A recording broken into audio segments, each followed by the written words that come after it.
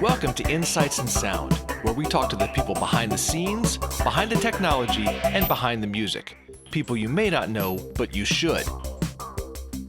And please check out insightsinsound.com for a full list of our podcasts and YouTube series. Insights in Sound is made possible with the support of our friends, OBSBot, Roland, AEA Ribbon Mics, Solid State Logic, Session Wire, Pantheon Media.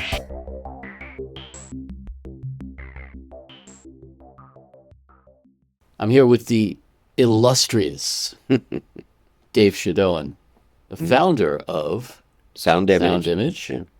Prior known as Silverfish Audio. The company was founded by Ross and Joel Silverman, and you know Joel Silverman. I do know Joel Silverman. That's right. I And did not know. That's why it was called Silverfish. But it's funny because that's how it all started in Rochester, New York.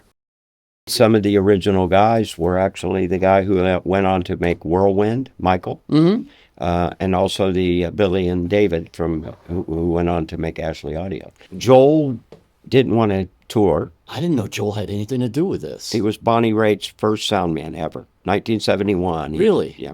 Wow. I still have pictures, I think, of the last tour he ever did, which was in 75. I had no idea. Interesting. Okay. I like Joel. We had kind of a interesting beginning because he was not with the company anymore. He was actually, I think he went to MXR or something. The first reverbs.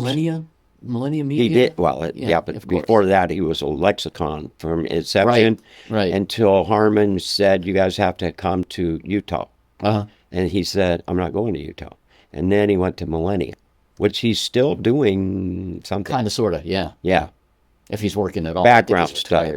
Well, I stay in touch with him, because it was actually literally his part that got funded by me. There was some kind of curvy stuff, somebody had some and whatever. And there were a couple of other guys who gotten involved with Joel, and I slowly paid Joel's share. Funny. But I had no idea he was in Yeah, we changed the name from Silverfish Audio and became a DBA, Sound Image, because we built a studio in La Costa for MTV videos. Which is basically around the time you got on my radar. And then I did artist relations for Shure back in the late 80s, early 90s. Same time as Jack? Actually, I worked with Jack. Oh, okay. In fact, I was Jack in Europe. Oh. So I'm the one that brought them to the Montreux Festival and whatnot. And I actually, I came in through, I was hired by a guy in Germany who was sort of their troublesome general who had been exiled to Germany. Oh, I see. And then I basically did something there where they weren't interested, the Germans weren't interested in doing the Montreux Jazz Festival. They thought it was just another little Swiss festival. Messed that one up, didn't he? Well, I then immediately said something along the lines of, are you out of your fucking minds? And I went directly to Jack, and that's kind of how we connected. So I was, within the space of 24 hours, fired by Shure Germany and hired by Jack. Well, it's funny because, Jack was always very kind to us. He'd say, hey, you got an artist, I'll give you have them do this or whatever new products. And it must have been about 1985, Biodynamics, which I was a big fan of the M88. Yep. Pre-kick drum. Right. When actually people sang people it. Using it for a vocal mic? Yeah, it was a great vocal mic. Yeah. If you put it on the kick drum, though, you could never sing into it again. Yeah, but Phil Collins used to sing into it. And Phil Collins had an endorsement. This is a funny thing. Right. Phil Collins, someone else, and me. Really? Yeah, so anyone I mixed, they just give me a boatload. And Jack kind of was like, dude, what's going on here? Yeah. I mixed 5 years of Robert Cray, and there wasn't a microphone up there that wasn't either experimental, never happened, or became an industry standard. Too funny, because when I came to Montreux... That was the old silver-headed ones. Yeah, exactly. That when I came to Montreux, Bayer was basically the only microphone they were using. And I came in there with a bunch of Shure stuff, and they ate it up right away. And I ended up calling Jack from Germany, which is where I was living at the time. Yeah. And I called him up and I said, Jack, how do you feel about the Montreux Jazz Festival? There's like a 3-second pause, and what do you need?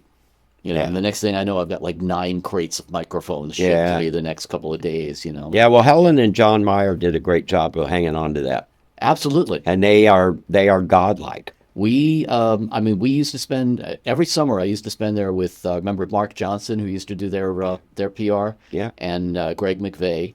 That's Oh. where he and I connected, and we're I still talked to Greg buddies, 2 you know. days ago. Well, you know, I'm in his book as part of the brain trust in the intro. Yeah, me too. Yeah, Actually, I was the first one single question. I Yeah, love it. he calls me up. He says, "What do you think about this?" And I said, "I think it'll be fine." Mine was about what's it feel like to not be on the road anymore. My question was, and how do you feel? You know, what's the difference of being just an office jockey or when you mix for 30 years? And I said, well, the one thing I don't miss a bus. I don't miss anything about these 18-hour days, Right. except the show. Right, exactly. And I said, when the lights went down, if my palms didn't sweat, I wasn't doing something right. Because that's that moment of clarity where everything has to be right. Everything clicks into place. Yeah. That's right. And that was my answer to his I question. love it, man. Yeah, McVeigh, he and I go way back to Montreux, like I said, you know. Well, I met him at QSC. Actually, Soundcraft. Wow. Yeah, Okay. he was at Soundcraft, and then he went to QSC. And he's the guy who convinced Sound Image to go there. And then all those years he would go out in the summer and play with Jimmy Buffett as a roadie. Was us putting him out there. Oh, I love it. Because it was a tie-in. And here's this funny story about QSC. We live in Prescott, Arizona now. It's been 2.5 years. We come, we go, mostly in winter. Mm-hmm. Well, we got out there. I find out that Barry Andrews lives there. He does? Yes. Well, he lives Prescott? at Todos Santos and Prescott. I love it. Matter of fact, God. we're going to have dinner next week. But I hadn't seen him in 15 years because, you know, he stepped away. Yeah. And then they sold the company, as you know, last year for $1.6 billion or something. Wow. Yeah. You read that? Well, yeah. Well, the brothers, when I first started working with QSC, it was, you know, the 3 of them, basically. John and Patrick and Barry. Yeah, exactly. And I worked with, this was like when they were just making amplifiers, of course, you know. Well, that whole speaker thing was me. Why does that not surprise me? That's how we formed a separate company to make speakers because and it was mainly Barry and John sometimes because John was the CFO. So financially, John was the money. He's looking down the road. Yeah. And they all said, well, this Meyer company, they're putting my amplifiers in their speakers. And if we don't get out in front of this, nobody might buy an amplifier. It goes in a rack anymore. Right. Well, of course, it never really, really happened because this was in 2001. Yeah, that's about right. And we had this little separate company in the middle that managed the speaker manufacturing. So Sound Image and QSC were autonomous. That's interesting. And I built a 200 and something thousand square foot factory down the street from me. And we made JBL, Yamaha.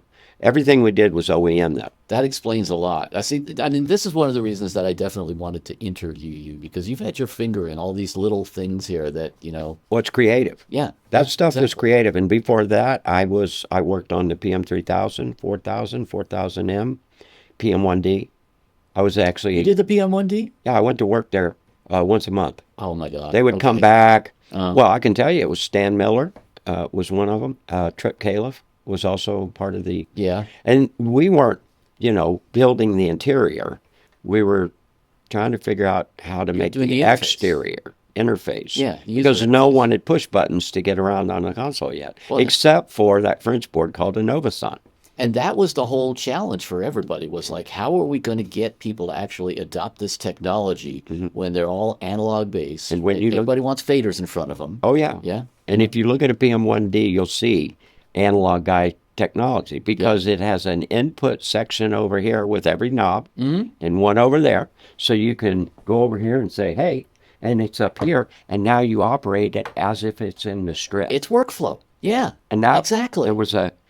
I was always a monitor engineer. I was never a front of house guy.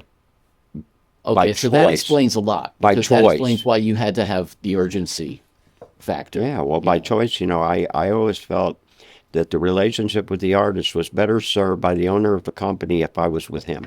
Because you remember in the early days, you know, nobody had 1,000 employees. Nobody had, you know, if you had 12. Yeah. Yeah. So, we have 3 tours out, and we had to all go mix them. Adams is doing Jackson Brown, and Ross is doing Jimmy, and I'm off with somebody else. Or, Yep. I had a few years there with Warren back in the late 70s, early 80s. So, it's just interesting because we had no choice but to use what we had. Today, the kids, they go on tour, they want 8 spare speakers, 2 amplifiers, whatever. We had no spare. We just pulled out a soldering iron and fixed it. Yeah, yeah. Well, and the other thing about it was in those days you didn't have systems. Everything was cobbled together, right? You had speakers from one company. You had No, we built everything had- always. you had Never bought any. crossovers that you built yourself and stuff. Well, yeah, Parred up. I got AMAC to build me my first set of really like hot rod, and they were in a 3-space rack, and they were cards, and every card Nice. could be, 1K, 10K, whatever, and they had built-in compressors, and they came right off of the AMAC studio console. the Scorpion or No, not the recording console, the big one. really? Okay. Because and they also, by the way, made compressors that came out of that board, and we had those 10 of them in a rack, in a row, the same exact comp on the studio board. So was your background studio? No. You just knew enough about what was going on in Well, studio I got world. to know the AMAC guys because John Penn, who went on to build SSE Higher in England, Right. was working for AMAC because he, as they used to say in the days, it's a garden company, and he literally Penn Fab. Yeah, yeah. John yeah, Penn. Yeah. They were building it in his, the way he puts it, I hope I get this right, John, is it was in his garden, and the guys were out there making all that metal plates and everything, and at the same time he was running SSE, and at the same time he was working for AMAC, who brought me there was Arnie Toshner. You know Arnie, right? I know the name, but I can't place it. Oh, he's still around. He's a character. And then the reason I think there was some interaction with Yamaha on the first digital stuff, because remember they came out with the Pro Mix 01 first, Right. which was a little rack thing like for a keyboard player in a way, like a fancy Mackie. Yeah, yeah. And that was really where it all started from. Somebody said, what? Well, I want to give credit where it's due. I believe it was Stan Miller who took Neil Diamond, and he put like 6 of those things in a row, strapped them together, and mixed Really? an entire world tour on it. Damn. And so That's impressive. yeah, well, Stanley doesn't get his due, in my opinion. A lot of people forgot about Stan because he just became an engineer again. When he sold Stan L Sound back in the mid-'80s, he was one of the bigger guys. He had NL Sound was huge. He had the Universal Amphitheater. He had the Greek, all those things. He had systems in them.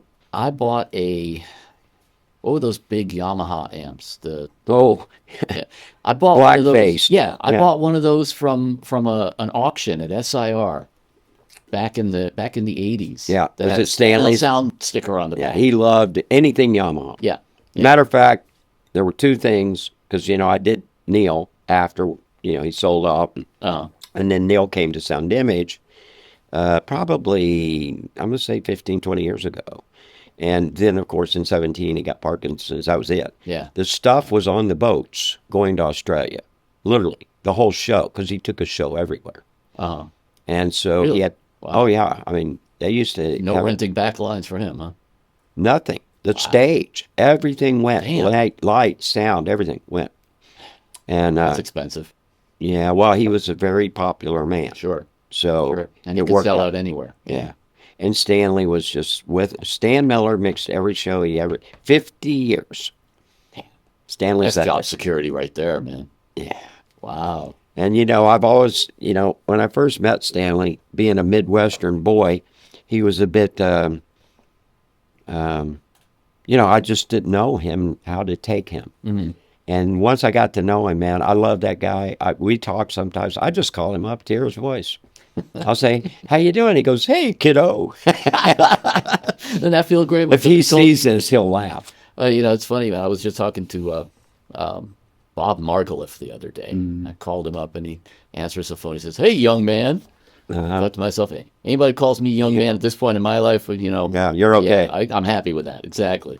So I want to talk to you a little bit about about the beginnings, about the humble beginnings of sound. They were very humble. I know they were. All of them were, though. Make no mistake, Roy and Gene, we were all struggling. Well, absolutely. I mean, Claire Brothers too. Everybody started. I mean, the industry was in its infancy. Well, and there wasn't one. We made it up, Right, which exactly, was yeah. why you should have come last night, because you would have heard from every one of them. Tate, company people, everybody. Mostly they were more of a production and lighting sound, but Mike Abbott and I were there too. He talks about television production and audio and designs for Grammys and all that stuff.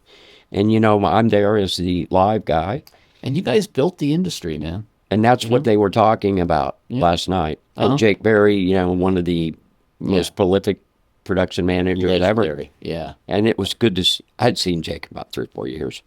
He lives in Phoenix now in the East, so we're not too far apart. But Scott DeVos, one of the old Obie guys, Michael. It was 16 literally guys who, as you said, were there in the beginning. And that's the thing, man, is, the industry kind of developed around you, and you developed around the industry because, you guys kind of directed the flow of, it's funny. Like, the thing to me is you get that old argument all the time of, did the technology create the art, or did the art create the technology? Right. And you guys, it all really evolved in parallel. It did. Ways. And we had to create anything we really, if we wanted to get out in front of Claire, Shoko, Tasco, A1, think of all those legendary names that are no more. Yeah. They're gone. Yeah. The big five, as we used to call them, there's only one. Yeah, exactly. And actually, my name lives on because they're, it'll go in the buildings now. Claire Global Sound Image. I know. Of all the things they've done, I believe that's the only name they kept because they wanted the brand. Well, and brand. Troy said so. Come on, man. The brand was, you guys put it on the map, and I think some of the stuff that you were doing in terms of innovation, I think was so, like I said, man, you had to make shit up as you were going along. You were basically like paving the road as you drove along. Oh, I had to, because nothing was coming off the shelf, not even amplifiers, really. Even Crown DC 300s. You had to change the output section. Otherwise, you catch a I was going to say, those are the ones that always used to catch fire. That's why they call them DC. Now, here's a funny story. I know it because I knew all the Crown guys, even though I never really was a Crown guy till 2005. And when they came out with that big HD DSP controlled amp, we bought thousands of them. That was the first one you couldn't weld with. Yeah, exactly. It worked. Yeah. But the DC 300 and DC 150s, we would use. And in those days, one of the things people don't talk about anymore is now you want 4,000 watts a channel. Right. Back then, if you got 250, you were happy because the sensitivity of the driver was 102. So now they brought the sensitivity down to 92 or whatever because you're going to throw all the coals to it. If you had an old 2220 on that ground, it'd be across the room when he hit the kit ground. Yeah, and that's the thing is you weren't driving, 80 acres of subs at that point either, like you are now. No. And I got to say, has it gotten better? Absolutely. But there are shows I saw in the 70s and 80s that I have never seen anything like. And I love line arrays for controllability. But there's just something about a big old box PA. Yeah. Has fours, phase lock, my system, Shoko. Even before Prism, I actually liked the rig before, which I think was called Axe or something. It was pretty cool, actually, at the time. Talk about innovation. Here's another way we innovated. We always spied on each other. I was going to ask you about that. So, like when Bob Stern was doing the Eagles, right? We're all out there because, in my opinion, Bob Stern was the innovator of all of us at his time. Okay. Like Bob was the one that said, how do you make $1 million in sound? And they go, what? He goes, start with 3. That's the old studio joke too, of course. But he said it. I remember it. And Bob had made his own Northwest horns, Northwest Audio. And actually my first full range, all in one box system used his horn. And I asked him, would you please sell those to me? And he said, absolutely. Then he ends up selling in 84 to Bob, what's his name? Maryland Sound. Goldstein. Yeah. He sells to Goldstein about the same exact time as there was a company in L.A. called Audio Techniques. Yep. Which was David Beecham and his partner who started Third Encore. And then there was, but Bob, was the first guy I ever saw. Now, it was massive, but he actually had a multi-pin splitter. Because remember, in the old days, you just plugged in XLR. Plugged in everything, yeah. Right into one the after console. the other, yeah. A split was called a Y cable. Yeah, exactly. But, we would always because, a lot of, in those days, the musicians and the guys were friends. Yeah. Per se. I mean, I'm not saying you're breaking bread every night, but, you got your numbers, you talk. One of the things, when he was doing the Eagles, I saw the Eagles in 75, and he had all these Marantz gold-faced amps that he'd hot-rodded.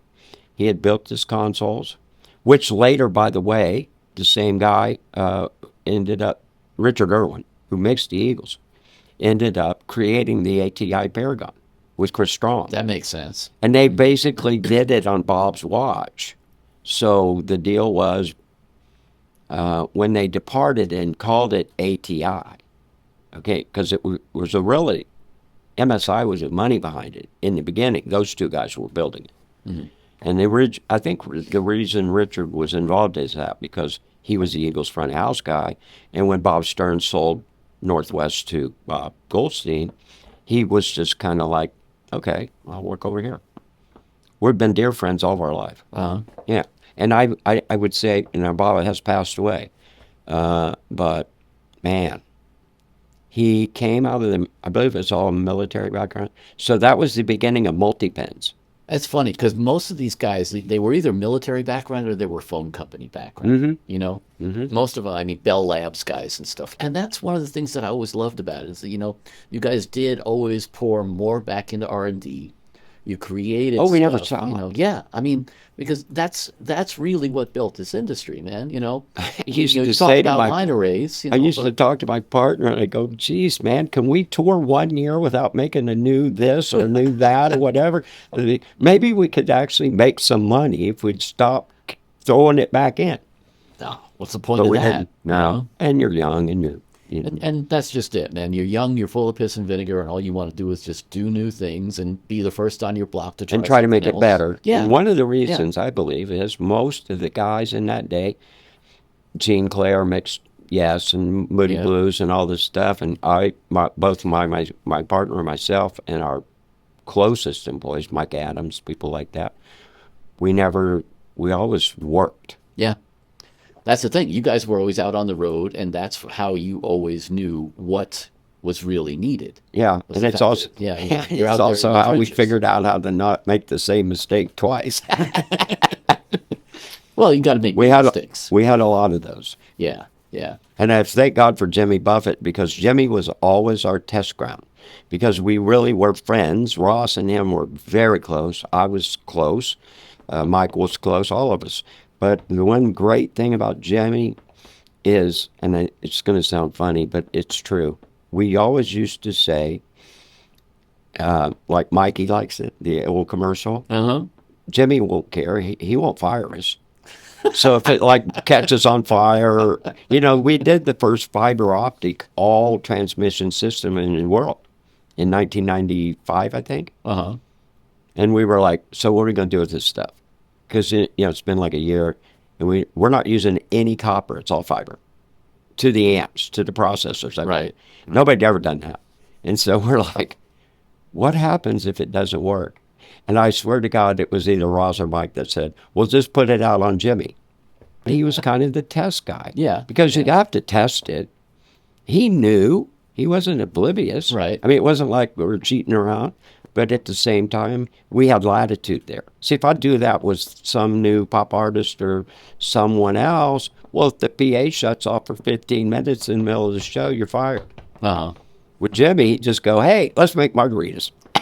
Yeah, that's true. That's true. I mean, he was definitely he was your test ground for a lot of stuff, no doubt. Oh, absolutely. Yeah. Anything really, we were reaching out and going, could this work or not? You know, maybe. He was definitely the first guy to get tried out. Mm-hmm. Always. But I love the fact that you guys were really, I mean, you were creating a lot of this stuff and really kind of, running by the seat of your pants on so much of this, man. Absolutely. It's like financially, Yeah. Intellectually, everything. We were going by the seat of our pants for probably 20 years. yeah, And then all of a sudden, it kind of just kicked in. it turned into an industry. Well, it did. And, I'll tell you one thing, and I believe this wholeheartedly. We created an industry, not only how it gets done, manufacturers never cared anything about us. We were buying products that were not made for what we do. Now, anybody with $1 million can buy a line array, 2 Digico consoles, 2 Midas consoles, whatever. Start a sound company. Start a sound company. Yeah. In those days, there was no place to go. None. No, I mean, that's the thing is you created the work for a lot of these companies. If it Really, wasn't for people like Shure Brothers, we'd had to make microphones. you know? I mean, because honestly, David Thompson and Ashley Audio Yeah. were part of the Silverfish family in Rochester, and they made the Ashley 40-channel consoles for Sound Image.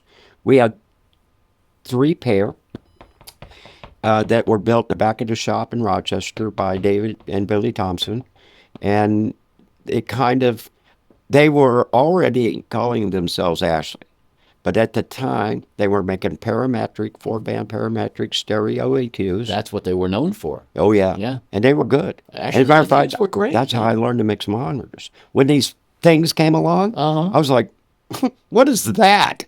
Because, we're pinpointing, Right, And right. the good thing about a parametric with those things, the spectrum of you're not just cutting 1K. You're cutting down an octave and up an octave. It looks like this Yep. if you just pull one. Exactly. But with a parametric, if you put it on there, squeeze a Q, and then use the gain, like when I was doing monitoring, if I could hear something on the edge, I'd go, sounds like around 1.5. So I go like this, and then I boost it, and if it squealed, I'd cut it, and I was done. It was pretty much Ashley, and it was who was the other one? Orban.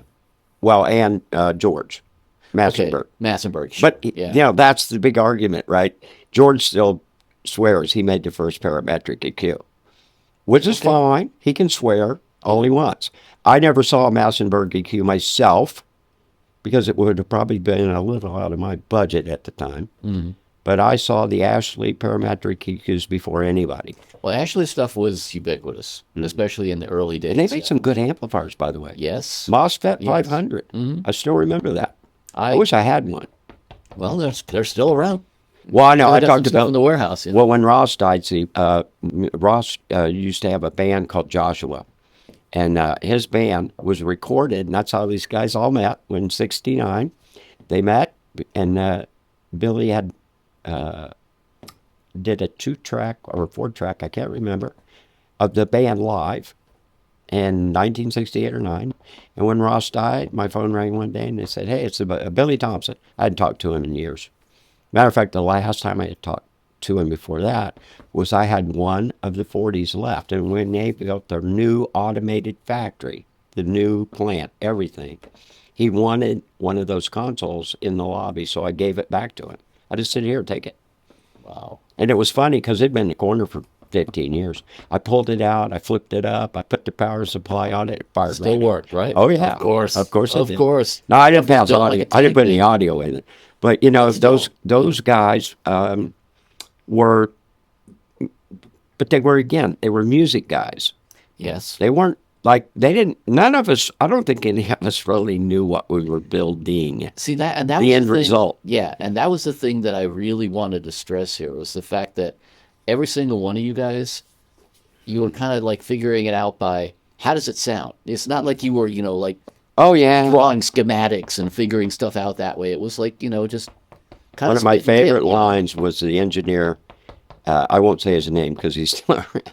But I used to say, "Hey, how do you tune the rig?" He says, "Well, I take the grill cloth and I point it towards the people." Oh, And he was a very good engineer. uh-huh. But It's just those were the types of ways we spoke back then. Well, I had a conversation recently with Dave Morgan, who I know you know. Oh, very well. Yeah. Known David all my life. Yeah, and well, Dave and I are good buddies too. Yeah. You know, we met. I think the first time we met was in the '90s, back in Montreux, you know, or late '80s, early '90s, and you know, we were talking about that too. How the systems have really, I mean, it all evolved based on like need.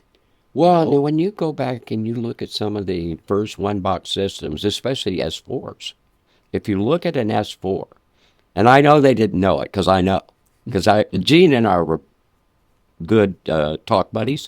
Roy was more of a businessy guy, which I ended up being just the same, more or less.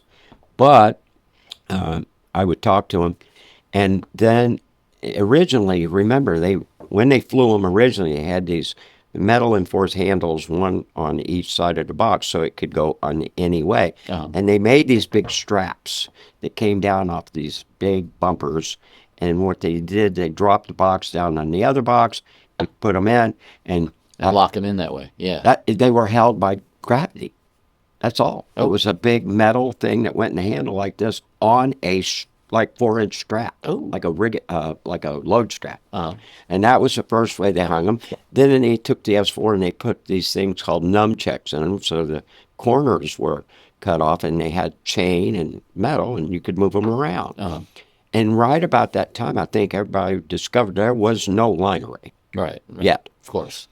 And now, but if you ever look at an S4, it's 2 18s, 4 10s, 2 highs, 2 tweeters. So if you think about vertical and horizontal dispersion, if you augmented them up, you would get more horizontal. But actually, I hate to say this, Roy, but it might have been the first actual concept of putting things in a row. Because once they came up with the rigging, and I don't know, all the inside. Sure. But as I said, nobody didn't look at anybody else's stuff. Well, sure. We're all peeking in. Yeah. We're lifting up the hood. And it was, here's another funny thing about people that did it. These similarities that you would see with something nobody knew anything about or whatever were close. I mean, in other words, this guy is thinking like you are, and that guy is thinking like we are. Sure. And you go there, and they were subtly more improved every time. There's only so many ways to do things. There's the right way, and there's, Yeah. And there's also the waiting for technology way. Sure. Which, Exactly. which thank God, as I said, you couldn't really buy anything off the shelf, a microphone or whatever, but you made mic cables, you bought switchcraft connectors, all that stuff. Now, We used to have, snake building evenings, basically, well, your whole life now is based around POs. Yeah. See, a PO back then meant, hey, let's all go back in the back and We're going to go and build cut some wood. Course. Let's Yeah. go cut some wood. Exactly. And It's build- funny, Ross did all the electronics, Michael did all the design, and I was the painter in the were old you? days. Oh, yeah, I painted. That was my okay. job. I see. People would come in the parking lot, and I'd have, 24 tops laid out on cardboard, and I'd be out there at 2 a.m. And the funny thing was, it's because we're painting it black, and it's dark, and I had bright Right. lights. I'd come in the next day, noon, paint till 4, come in at noon, and I'd look, and I go, missed a spot. I was going to say, man, painting at that time of day, Well, and sometimes, honestly, we were like a day away from a truck coming. Sure. I can still remember a tour, and we came up with this brilliant idea, which did take off, by the way, but we were the first guys to use truck bed liner to put on the cabinet because it was rigid and tough, and it stayed, and it stuck. And Better than Tolex, yeah. Yeah, and it was called Dura something, and we found this out from some friend of ours who had a hot rod shop and used this to spray. It's that spray-on stuff. Yeah. Right? Yeah. Well, we got the wrong one. We got the undercoat Oh, from the same company. They made them both. that'll Okay. look nasty, though. No, they stuck together. We got to the first show. They went all the way across America, and in those days, nobody used covers. Uh-huh. So they got all the way across the country. We had to pull, and we double stacked them. So they were 4 by 4 by 2, I think they were 26 inches deep, double traps, and we flipped the subs, which were 418s, on top. Oh, And then you just roll them in 4 across. right. We couldn't get them apart. So you had to just pull them apart. You had to pry them apart, or did you have to load them all as one piece? They literally tore the wood. And it was all Finlandia Baltic birch, of course. Oh. Really, and we had, I would say, probably about 50% of them stuck together. Oh. So we had to, like, use a pry bar, Uh-huh. and guys would push on them against the wall while he pried. And then finally they would snap loose. But, 2 or 3 plies would go with that box. Sure. And we were like, oh, God, we just spent all this money on wood and labor, and we bought the wrong stuff. So now you got to know which ones to stack on which ones, because the pieces of the wood from one are Well, actually, what we did is we got through 2 or 3 shows or something like that, and I actually flew out there with the right shit. okay. And I just Sprayed over the stood top. behind an amphitheater somewhere in America going like this with the real stuff that wouldn't stick. Uh-huh. And we did manage to save that, because in those days, I mean, that was a lot of money. Well, sure. Probably, let's think, 4x8 was probably 35, 2 per 70. So probably, literally, that was probably about $25,000 worth of birch. Orchard of lumber. Yeah, exactly. And we were all like, we're freaking out, because, that might have been our whole profit. Right. And then what are you going to do? Rebuild the things behind an amphitheater somewhere? No. Yeah. Like, But we made it through it. I mean, it was another one of those by the hair of your chinny chin chin. Right. I love it, man. So, in watching the industry evolve as you have over the years, give me your unvarnished opinion. The industry has gotten, in my opinion, so good that the new people coming up don't know how bad it was. And I don't mean bad because, we were young and we were full of, as you said, piss and vinegar. But what I see now is someone who goes to a school, walks in your door and says, hey, where's my company car? And how can I mix the stones next door? Right. We don't have that. They don't learn the hang. We don't have that grassroots hard.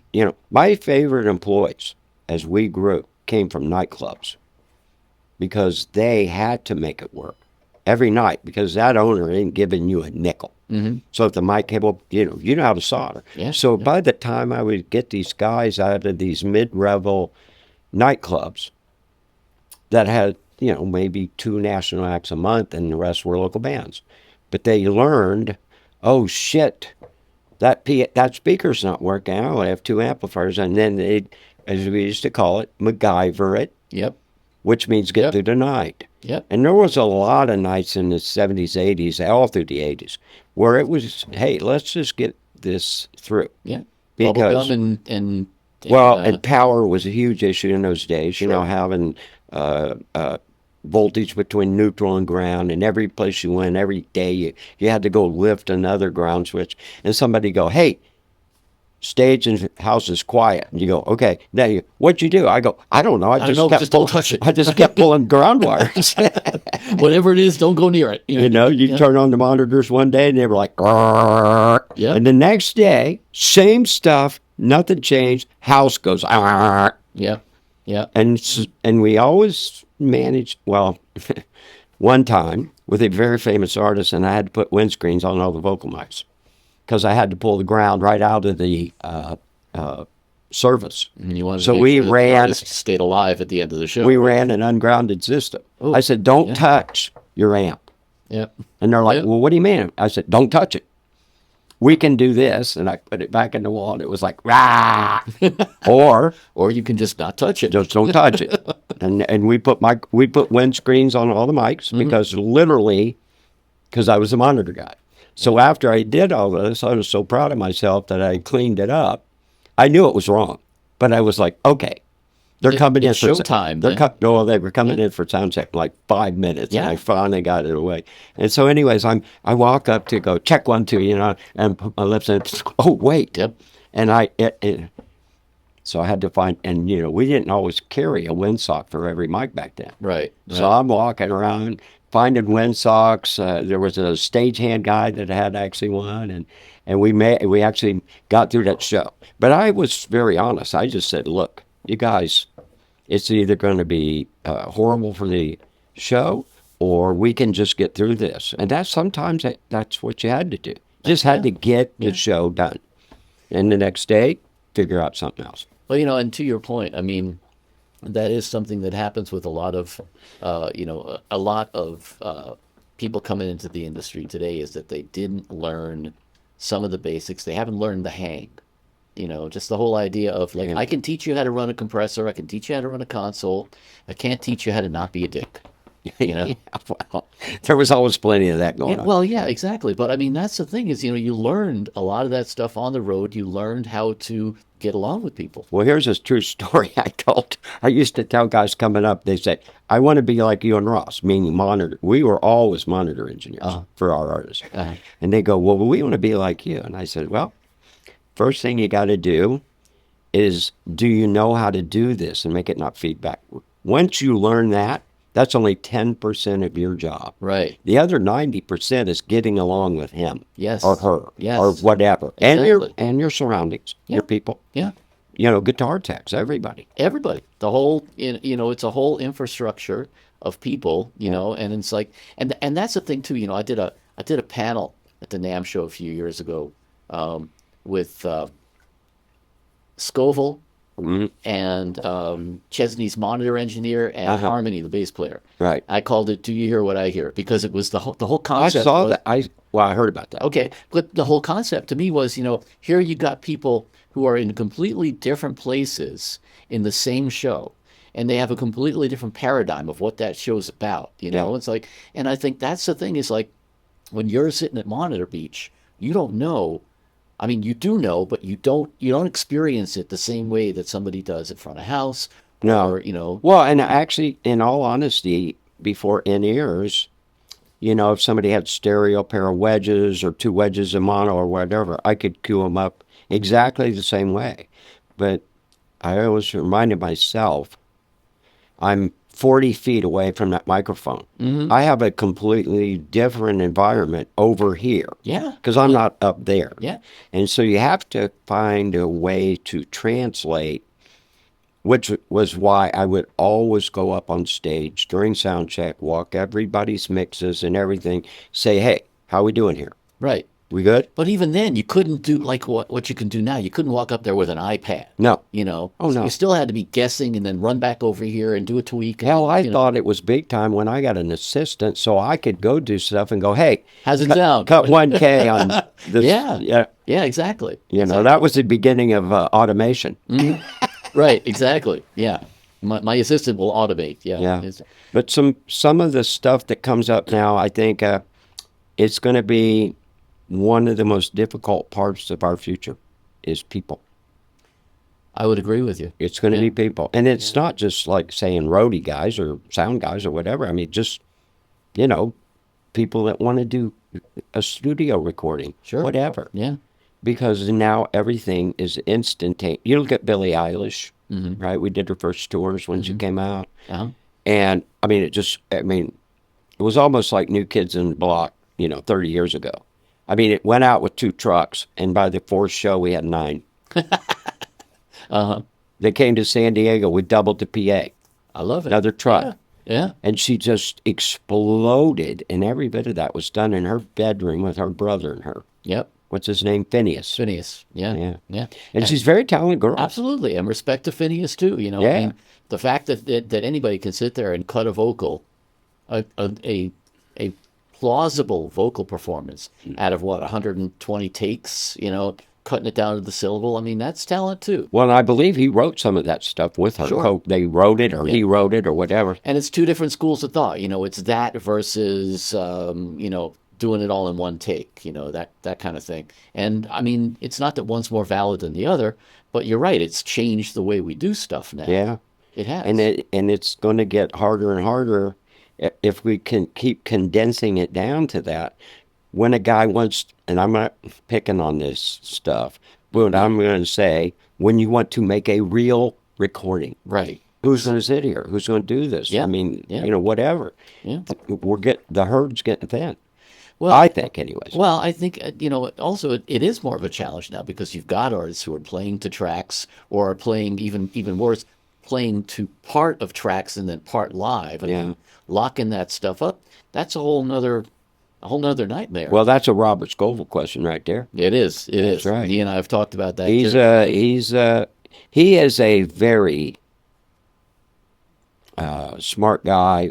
He's driven, and I give him all the credit in the world for staying on the top of his game. Yes. He is not a Yes. quitter. No, and that's the thing, man, is, to have come from roots that far back and still be hip now on what's working now. Yeah, know? well, I think part of that was when he kind of divided his time between manufacturing representative Yep. and also still Yep. keeping his hands deeply in mixing. Well, I was part of the crew that rolled out the Avid console, the venue console. We did the campaign for them. And to his credit, man, he helped them understand how to design something that people could use and that people would want to use. Oh, yes. And Yeah. that's a big, Well, it's like if engineers design stuff, as opposed to end users, it's never going to work right. and the funny thing is, I've known Robert many, many, many, many years. Worked with him, not worked with him, whatever. Never really mattered. People would always say, "Is he as good as everybody else says?" And I said, I would always say, he will work on something until the day that tour stops to make it that much better. Yes. And he does it. Yes. He'll squeeze something out from one show to the next, and you just stand there and you're like, well, the last time I saw Robert mix was with Tom. Okay. I was at Front House. Oh, you weren't to the Sphere when he was working at the Sphere? Not with Kenny, no. I went to Okay. see the Eagles because of my old days, Okay. but I have No, not. I saw him mixing at the Sphere. Yeah, When- I have when not Ocean- seen that. I saw the original U2 show way back Okay. 2.5 years ago. Well, to your point though, with Robert, Mm. he's doing the same thing even with that hollow plot system there. Yeah. And I think that's an art form in itself, man, to be able to keep up with that technology. Well, that's a very complicated thing to do, really. Yeah. I mean, it is. You're transposing left, right, maybe center, right? Yeah. Into, what is it, 40,000 48 channels of, Right. yeah. Well, channels, but object-based. how many transducers are there? Oh, I mean, thousands. Yeah, exactly. And it's all object based, which is another complete ball of wax there, Yeah, and my dad was just out here. He flew out today. Uh-huh. So we went to see The Wizard of Oz as well. Uh-huh. We had Mystere the next night. Okay. So we've had 4 nights of, we You- combined my Vegas, dad's birthday, Uh-huh. and he flew from Ohio, and then his new girlfriend, my mom passed away some years ago, and Jill. And so we had a really nice, it was kind of a vacation / a little bit of, like you and last night and stuff, get a few things A little bit of done. R&D. Yeah. Yeah. And I got to see some really dear old friends like, Eddie was there, Wanabo. Really? Yeah, the Okay. production manager for Okay. Kenny. Uh-huh. So he was there, which So I he knows what's going on with that well, stuff. Yeah. Oh yeah, I met Ed probably early '80s, probably. Okay. I think he was Hall & Oates at the time. Wow. Okay. Then he went to Richard Marx, and actually we put him on Jimmy Buffett. I believe it was my suggestion actually, because Jimmy's production long time guy wanted off the road, 25 years. And so Ed came out, he did a couple years, and I don't remember where he went after that, but it might have been Kenny. Because, we, Sound Image, the company, opened an office in Nashville in '89. So when the country music explosion happened, we had it all. Yeah. We knew everybody. Oh, I know you were out there. Yeah. We had, well, at one time, I'm going to say in the mid-2000s, maybe up to 2010 even, I think we calculated of every artist on the road, about 85% of them were using Sound Image. Doesn't surprise me. Brooks and Dunn, Toby Keith, on and on. Matter of fact, Kenny Chesney was his opener. Brooks and Toby was Brooks and Dunn's opener. So they kind of kept spitting out clients, right? Well, that's why half the companies opened offices out there. Well, Was and 'cause we they were the had- first ones to go because I had Barbara Mandrell. Okay. And Barb had her TV show, and the sisters and the whole schmick. And, Yeah, okay. and you know what? Here's the funny thing. When Verilight first came out, mid-'80s, Genesis had, I think it was 32 moving lights. Babs had 48. She had a bigger lighting system than they did. Oh, we played nothing but arenas. And there were only two, in 1985, there were only two real production carrying accounts down there, which was Kenny Rogers and Barb. And I got to know Barb because of Bob Seger's production manager when Bob took all those years off, like a rock, remember the commercials? Yeah. He didn't need to work. Exactly. So he just kept not working. So Craig Blazer was his name. We called him CB. And somehow he knew the truck driver, believe it or not. And the truck driver told them, hey, you need a real guy. You know, you're getting too big. So they brought him in. And then he called me. And, you know, it's kind of funny because it's really, you know, we talked a lot about technology. But if you really want to really excel, I believe in this business, you have to be nice and network with people. You do. Because your next job, especially in the old days, you never knew what the next job would be. And somebody would say, hey, you should get, you know, let's make an example. Jackson Brown says, hey, Crosby, you should have Dave because I'm not touring and he should work with you guys. Right. And then you get a call from somebody, Elliot or anybody like that, and they say, hey, are you available for, and then you had a gig. But and it's always been a business of relationships. It is, but, you know, guitar techs would call you and say, hey, I'm out here. This guy's, he's going to get fired. Can you come out? And then next day, you know, you're on an airplane. Yeah. I mean, a lot of it was happenstance, but I do believe, like you said earlier, treat people kindly, be nice, fit in. You know, everybody's not going to be the same, but don't be a dick. Exactly. You know, learn how to get along with people because that's, I mean, really, technology changes, but relationships don't, man. No, they're lifetime. And I saw that last night. I wish I you know, I didn't take a picture. Yeah. I'm sure it's all in videos. I'm sure it is, you know. But I mean, that's the thing, man. And that's one of the reasons that I've been saying for months now, man, I got to get you on this podcast because you understand that and you really, I mean, your guys have always been the epitome of that. You know, everybody that's come out of Sound Image, has been some pretty good people. Yeah, and still are. There's still launched a lot of great careers, and a lot of them went to production. To corporations. I believe it. Michael McDonald in the '70s goes and leads Yamaha, and then president of JBL. Well, half of Harman is all, you know, ex-Sound Image. Kind of, a lot of them. At one time or another, you know. And then Larry Italia worked for me after Yamaha, and now he's the president of DNB Audio Tech in all of the Americas. And actually, that's a funny story because, you know, he was doing a great job, and I loved having Larry. And I think it was 17 or 18, and he just said, and it all started because he was leading my integration department. He was the president of Installed Sound. And I was like, and we were having huge problems with them because they didn't even have price sheets back then, you know. And so you bid a job and then you'd ask, okay, is this what do I charge for this? No, and then they change a bid. I lost a substantial amount of money on an amphitheater in L.A. because it got pushed back like 2 years because of politics and fundings and everything. Well, that never happens. And because of that, I lost a substantial amount of money because D&B wouldn't hold my price. And I couldn't get the city to pay because it was L.A. County money. Right. And I was like, okay, I guess we're just going to do it and eat it. And that's what happened.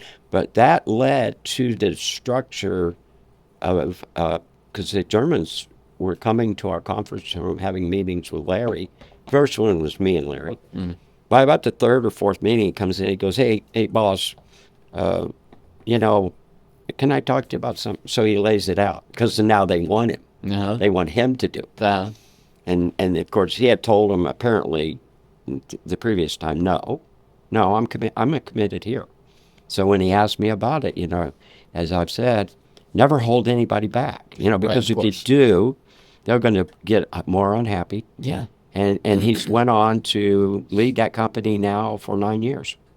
And I would say They're kicking ass right now. conservatively, he's probably increased their sales by 300 to 400%. Oh yeah, they are definitely they're one of the top 2 or 3 at this point. No question about it. Yeah, for sure. And they have good products and they have good engineering. Yeah. And it'll be interesting to see how these companies stay focused because, they keep flipping themselves. Yeah. They flip themselves. Consolidation. Yeah. Yeah. Well, D&B, I believe, has been sold 3 times since I first met the 2 original Germans in 1985 in Amsterdam. And they had these 2 wedges. Uh-huh. And they brought them out. They said, you have to try this. Well, they had trapezoidal sides. So, our monitor engineers, here's a mic stand, there's one, and there's one. Well, these went in front of the mic stand and went this way. And could angle them. Yes, exactly. No, they were actually cut. So you put them together, and they married the butts together. And the wedge, the grill went this way. But the horn design summed right on the mic. And here's the funny part, because everybody always says, well, that D&B stuff is so expensive. Well, back then, those 2 monitors, and they had an amplifier. A 2-channel amp, said D&B, they made it. Was $8,000 in 1985. Wow. Yeah. A veritable bargain. And they sent me a pair, because we had used it. I think it was one of the big festivals up in outside Amsterdam, I believe. And the sound company was called Amco, and they're still around, I believe. But anyways, it was just one of those things where you see something and you go, well, this goes against how we've thought forever. And actually, to tell you the truth, I tried to cobble a similar thing together, but I never could get it right. Because whatever they did with that horn, because it wasn't made to shoot that way, it was supposed to roll back around.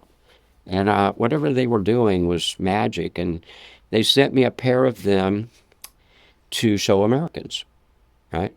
And so I put them out and did stuff and put them in front of people. The rest is history. And in the end, I believe it was Emmy Lou Harris bought them for herself. Wow.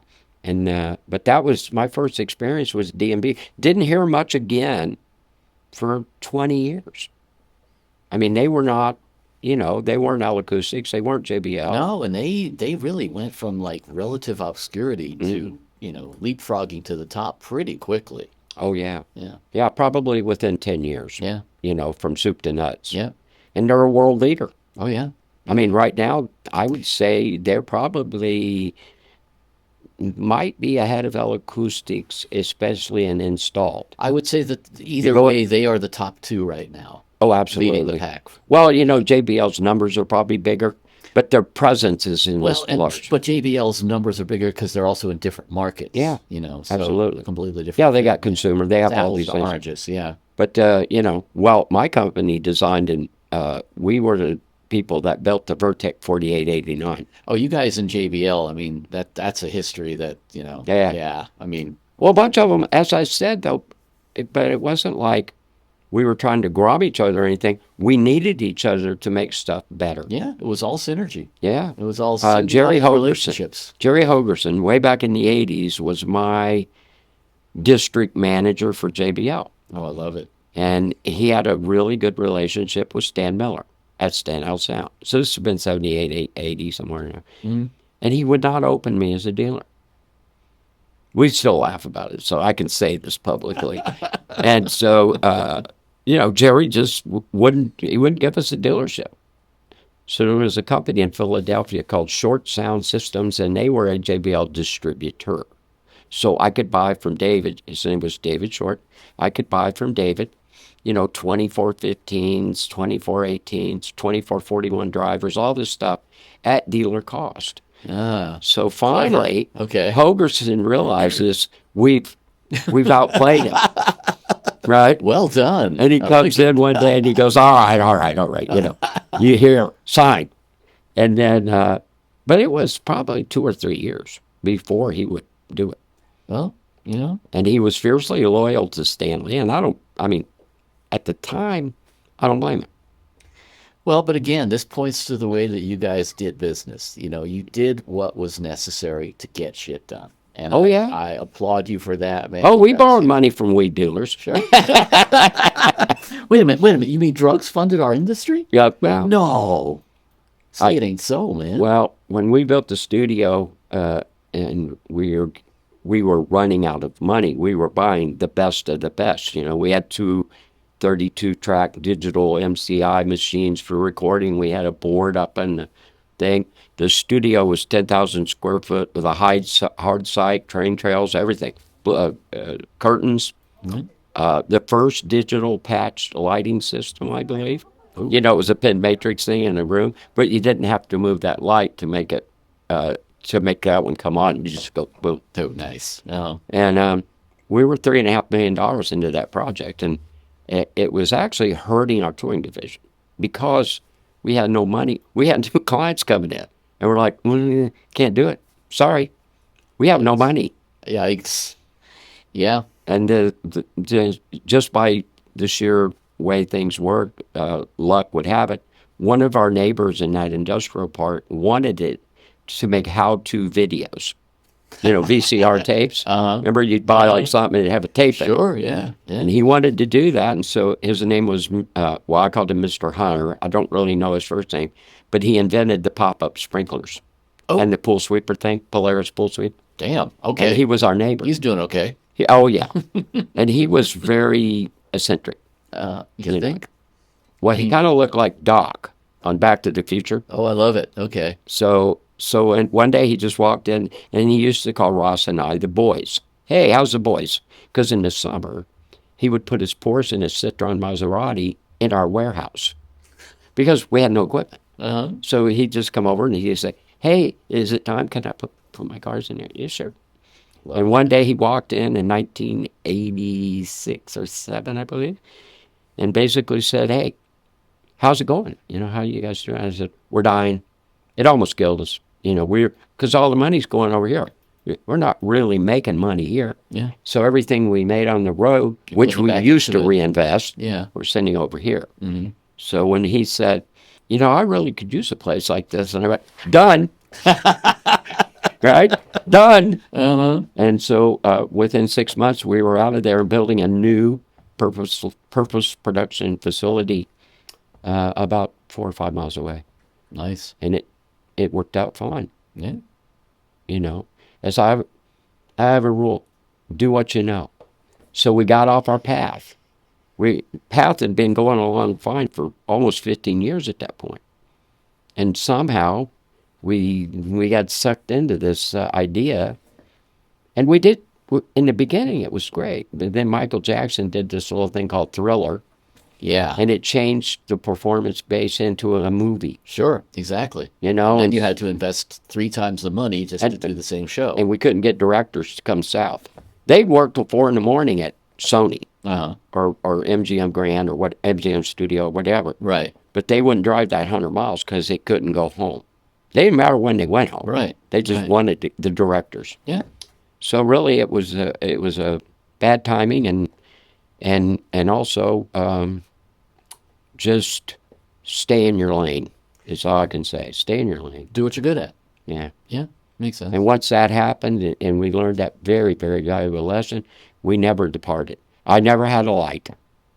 I never had a video thing, unless it was integration. But we never tried to pedal. I never tried to do that. No. No. Yeah. Well, that brings me to a great question to wrap with. Okay. What's your advice to 15-year-old you coming into the industry now? I guess it just comes down to work hard, because opportunities are always out there. It's the ones that want to work hard enough to get to it. And most don't. That's the problem. Most don't. We don't have the same values as people born in the 50s or 60s now. It's just not. And I mean, I have kids. Mm-hmm. My daughter works at Sound Image. She does contractual legal stuff for the integration thing. So when they're bidding, if they have union labor or scale or whatever, they have to know how to bid these things. So she'll do what's it called, Linda? Pre-qual? She does pre-qualification. And then when it's done, she does a contract that goes back from the president to the client.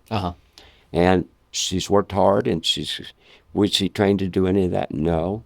If you'd asked me when she was 16, would she do that? No. But she's just, she's good at it, and she's coming up, and she keeps her head down, and she works. But you got a point there because yeah, a lot of people coming out of school now don't want to put in the 10,000 hours, you know. No, and I don't know if you could build something like we did. You know, I always call it the Wild Wild West. I don't Yes. think I could, Yes. I was an 18-year-old boy, went to California, had $300 in my pocket. But I you was know what? sleeping on the beach. But you didn't know what you didn't know. Exactly. That was the And- whole thing, I and think, right? Yeah, I didn't know what I didn't know, and so it wasn't fearful. It wasn't scary. Right. It was like, well, I'll do this until something else comes along. Yep. Because we talked about it last night on the panel, that all of us believed when we started, we'd have to get a real job someday because we're having too much fun. Yep. We're making a decent living. Yep. None of, you know, good times and bad. Right. But Nobody was getting rich. nobody was getting rich, but we were making a better living than our parents. You know, I bought my first house in California 3.5 years after I got here. Wow. And even back then, they were expensive. Exactly. I paid $160,000. My parents' house Oh, was that was a 20,000 fortune. they paid. Yeah.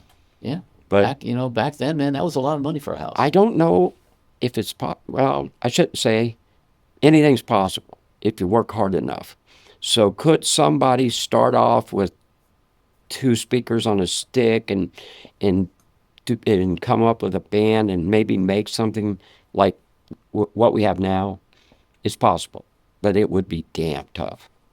Yeah. The money isn't even sequentially close. You know, back then we put a whole touring system, consoles, microphones, everything. Cost us maybe 90 to 110,000 in the 70s from scratch. That won't even get you one gig now. No, but I'm saying now, if you needed enough speakers, let's say to do a tour for pop star, you're going to need, say, 64 tops, 32 subs. You're going to need consoles, all this stuff. You're looking at $2 million minimum. Yep. And not to say that it wasn't easy to come up with the $100,000. It wasn't. All right.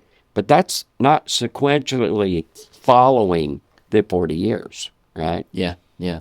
You know, it should be more like 1 million. Well, and that goes back to what you were saying earlier. You know, the whole idea of how you make $1 million, Yeah. invest 2 million, right? It's the lovely Bob Stern. Ah, indeed, indeed. Did you ever meet Bob? Yeah. Okay. Yeah. He's a really good guy.